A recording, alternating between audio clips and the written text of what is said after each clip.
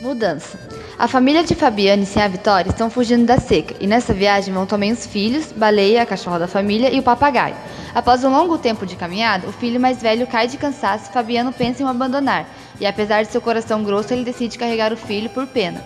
No decorrer da viagem, a família se vê sem alimento, e com o papagaio inútil que, no desespero da família, serviu de alimento.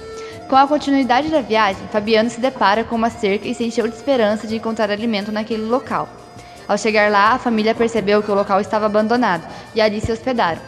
Ao perceber que passaria um tempo lá, Fabiano buscou alguns galhos e foi quando Baleia correu pelo monte e trouxe para a família um preá, que poderia ser uma alimentação precária, mas isso manteria a família viva.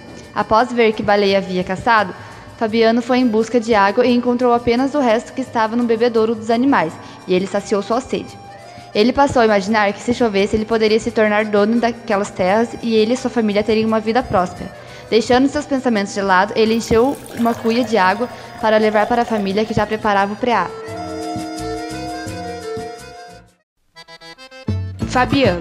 Fabiano, ao andar próximo ao rio, relembra suas origens e a maneira que seu avô viveu, como seu pai seguiu o exemplo dele e como ele seguiu as tradições familiares e seus filhos o seguiam.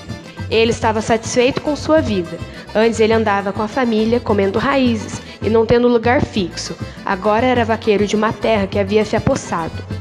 Apesar de um homem muito rude, ele se preocupa muito com os seus filhos e não quer que eles sejam como Tomás, um vizinho culto que adorava ler, mas assim como todos da região, tiveram que se mudar devido à seca. Mas quando esta passasse, eles teriam a liberdade de perguntar e conhecer o que desejassem. Não quero que eles tenham um futuro como o de seu Tomás. Se iludiu perante os livros, mas assim como todos, fugiu da seca. Cadeia. Sinhá Vitória havia pedido para que Fabiano fosse à feira da cidade para comprar sal, farinha. Além disso, pedira uma lata de querosene e também um pedaço de chita vermelha. Mas a chita estava muito cara e a querosene misturada com água. Fabiano então começou a percorrer as lojas e medir cada pedaço de chita, pois acreditava sempre que estava sendo enganado, e conferir cada gota de querosene, pois não constatava que todos estavam batizados. Como sentia muita sede, resolveu tomar uma pingua do bar do seu Inácio, que prontamente trouxe uma garrafa para servi-lo.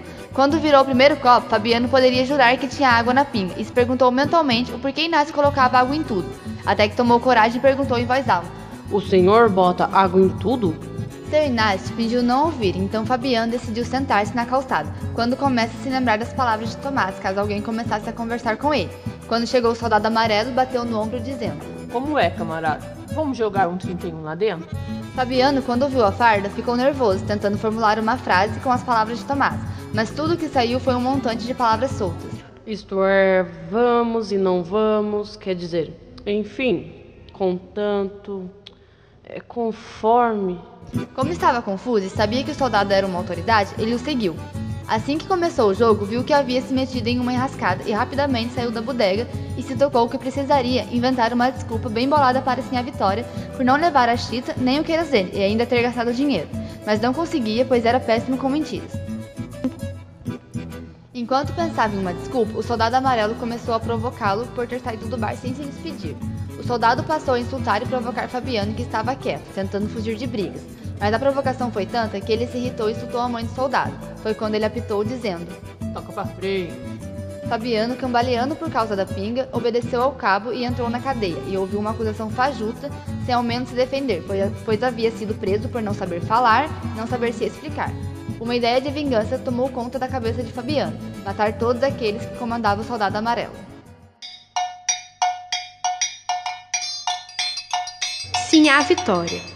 Junto às pedras, Sinhá Vitória soprava o fogo, que liberava uma fumaça em seu rosto enquanto cozinhava. Ela começou a ponderar sobre a cama de couro de que tanto a falara ao marido, e que se eles economizassem nas roupas e no querosene, eles poderiam pensar em comprar uma. Mas ele gastou todo o dinheiro. Em meio a todos esses pensamentos, Sinhá Vitória percebeu que a raposa que Fabiano tratara havia comido a galinha pedrez, que era justamente a mais gorda e que ela pretendia vender para juntar dinheiro para a tão sonhada cama. Só queria uma cama igual a de seu Tomás. O filho mais novo. O filho mais novo era um pobre coitado que tinha grande admiração pelo pai, que vivia metido no couro de perneiras, gibão e guarda-peito. Era a criatura mais importante para o menino. A égua estava selada com estribo na garupa, e Sinhá Vitória subjugava, agarrando-lhe os beiços. Então, o vaqueiro apertou a cilha e pôs-se a andar ao redor. Sem se apressar, Fabiano livrou-se de um coice, virou o corpo, os cascos da égua passaram-lhe rente ao corpo, raspando-lhe o gibão. O menino, agarrado na cerca com as mãos suadas, ficou observando a cena, até que a égua estourou a cilha, que o menino tombou da cerca soltando um grito. Inconformado com a indiferença do pai, o menino foi atormentar a baleia, que nem deu bola para o menino e começou a dormir. Indignado com tamanho desdém, o menino tentou se comunicar com a mãe, que sem paciência alguma deu um cascudo no menino, pois não havia tempo a perder. O menino, bravo com a vida, tratou de deitar na esteira e acabou dormindo. No dia seguinte, na hora do almoço, o menino começou a se lembrar dos ocorridos da noite passada, até que teve uma ideia. Se a égua e o bode se misturam, eu e o meu pai também podemos nos misturar. O menino esperou que o bode fosse ao rio beber água para que ele montasse nele, e assim foi. Quando o animal estava matando sua sede na beira do rio, o menino soltou o pelame e inutilmente tentou se segurar usando as pernas. O animal se sacudia para um lado e para o outro, até que o inevitável acontecesse. Ele fosse lançado para longe. Vira o irmão mais velho rindo da situação e Baleia imóvel. Ambos não mostraram solidariedade em ajudar o menino. Derrotado, o menino volta para casa para jantar e dormir, para que possa sonhar em um dia ser como Fabiano. Um dia quero ser como meu pai. O menino mais velho. Todo o caos aconteceu porque o menino havia perguntado à mãe o significado da palavra inferno. Mãe, o que é inferno? Mas ela deu uma resposta vaga, então perguntou ao Fabiano, Pai, o que é inferno? que nem respondeu à pergunta do filho. Então o menino volta à mãe e pergunta. A senhora já conheceu o inferno? A mãe ficou nervosa e deu um cascudo nele. Triste, ele ficou na companhia da cachorra baleia que tentava o agradar. O menino decide parar de questionar e, para poder esquecer do cascudo que levara, se abraça na cadela baleia, que ao menos gostava de um abraço. Inverno. Todos estavam reunidos em volta do fogo, procurando aplacar o frio causado pelo vento e pela água que agitava a paisagem fora da casa. Chegaram o inverno e isso reunia a família próxima à fogueira. Pai e mãe conversavam daquele jeito de sempre, estranho, e os meninos, deitados, ficavam ouvindo as histórias inventadas por Fabiano, de feitos que ele nunca tinha realizado, aventuras nunca vividas. A chuva tinha vindo em boa hora. Após a humilhação na cidade, decidira que, com a chegada da seca, abandonaria a família e partiria para a vingança contra o soldado amarelo. Para o filho mais novo, o escuro e as sombras geradas pela fogueira faziam da imagem do pai algo grotesco e exagerado. Para o mais velho, a alteração feita por Fabiano na história que contava era motivo de desconfiança. Baleia, incomodada com a arenga de Fabiano, procurava sossego naquela paisagem interior. Queria dormir em paz ouvindo o barulho de fora. Festa. A família foi à festa de Natal na cidade, todos vestidos com suas melhores roupas.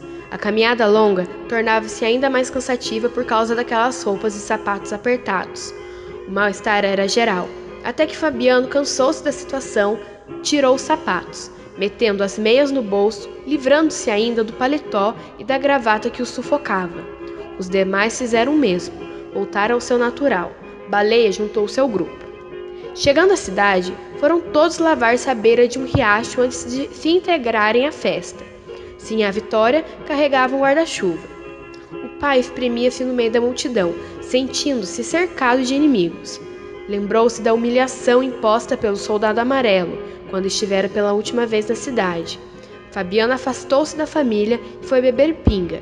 Embriagando-se, foi ficando valente. Cansado de seu próprio teatro, Fabiano deitou-se no chão, fez suas roupas um travesseiro e dormiu pesadamente. Sinhá Vitória, aflita, tinha que olhar os meninos, não podia deixar o marido naquele estado. Os meninos também estavam aflitos.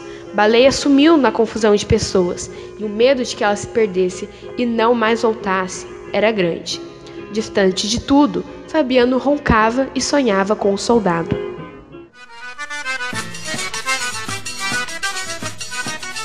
Baleia. A cachorra-baleia estava morrendo de fome. enquanto a família, com suas chagas e feridas perto da boca, dificultava ingerir bebidas e comida. Com suas dificuldades, Fabiano resolveu sacrificar Baleia. Enquanto seus filhos choravam, Fabiano erra seu primeiro tiro, em seguida acerta na perna de Baleia. Debaixo de um juazeiro, Baleia o uivava até ficar imperceptível.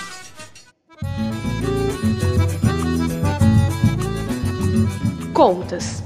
Fabiano recebia seus bezerros, mas como não tinha fazenda, fazia apenas suas plantações de feijão e milho, e com a exploração de seu patrão, acaba se endividando.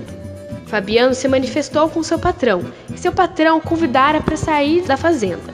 E de todo jeito tentava arranjar dinheiro, vendendo porcos, galinhas, mas os pracinhas o censuraram, dizendo que haveria de pagar juros. Fabiano acabou entrando no bar, mas ao lembrar da última vez que se embebedou, desistiu e foi embora para casa.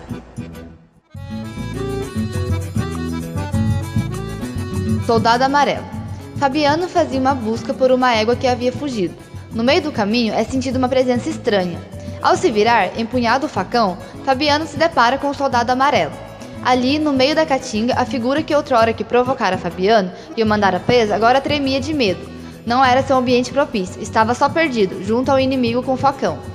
Fabiano lembrou-se de todo o ocorrido na cidade, sua prisão sem culpa e humilhação. Sentiu vontade de meter o facão, jogar o corpo por ali, onde secaria e seria comido por urubus, e ninguém o veria. Mas após um longo vai e vem desses pensamentos na mente de Fabiano, se deu a sua velha lógica. Governo é governo, tirou seu chapéu e ensinou o caminho ao Soldado Amarelo. O caminho é por aqui.